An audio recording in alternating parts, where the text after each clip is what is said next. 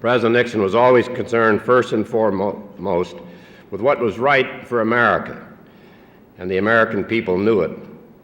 In the wake of his death, I received hundreds of letters from people everywhere who wanted to share their own grief and admiration.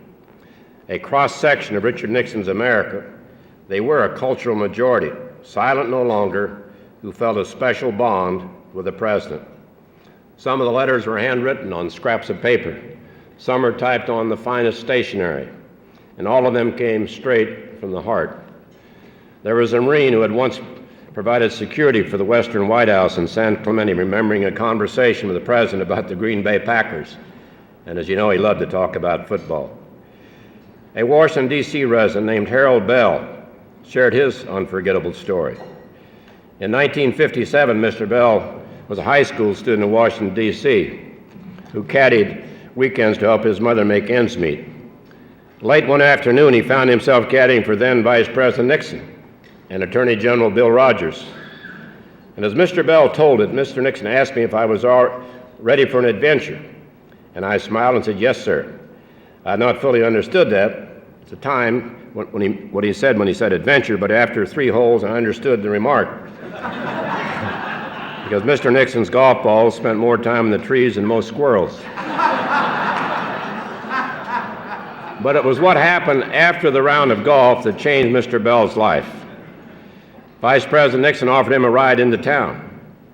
He wanted to know where I lived, how many brothers and sisters I had, what school I attended, what sports I played, and what kind of a student I was. I was caught completely off guard. Here was a Vice President of the United States taking an interest in a poor little black kid from a housing project in Northeast Washington. The newfound friendship continued throughout the years. In 1969, President Nixon invited Mr. Bell and his wife to the White House to have lunch with him and then Secretary of State Rogers. Later, Mr. Bell would receive a presidential appointment to become the first civilian to head a domestic action program on a military facility. For his part, the one-time caddy promised the president that he would devote his life to helping children find a better way, and that's just what he did. He went on to become president of a Washington, D.C. organization called Kids in Trouble, and he told me that Richard Nixon was the father I never had, the inspirational force that helped lay the foundation for my success in life. Now, I started trying to find Mr. Bell here about 3 days ago, and at 5 o'clock today we found him, and he's here tonight. Harold, where are you? You're over there somewhere. Right here.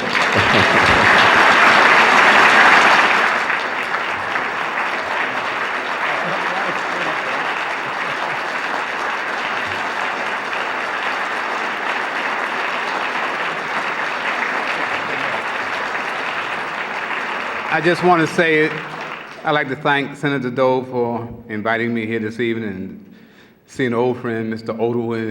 Oldwin, took me into the Oval Office in 1969. And I tell you, President Nixon, I went on to become a radio sports talk show here in Washington, D.C. I became a pioneer, the first African-American to host and produce his own radio sports talk show.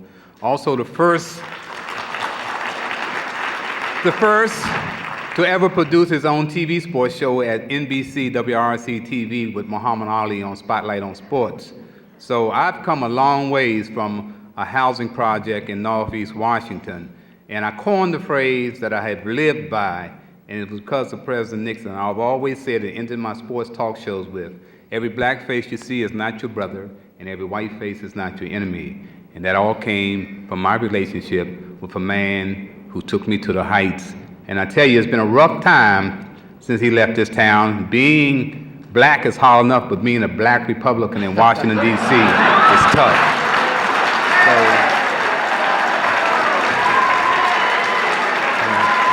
So I just want to say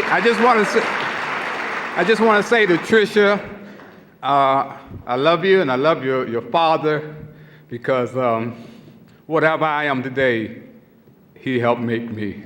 Thank you so much.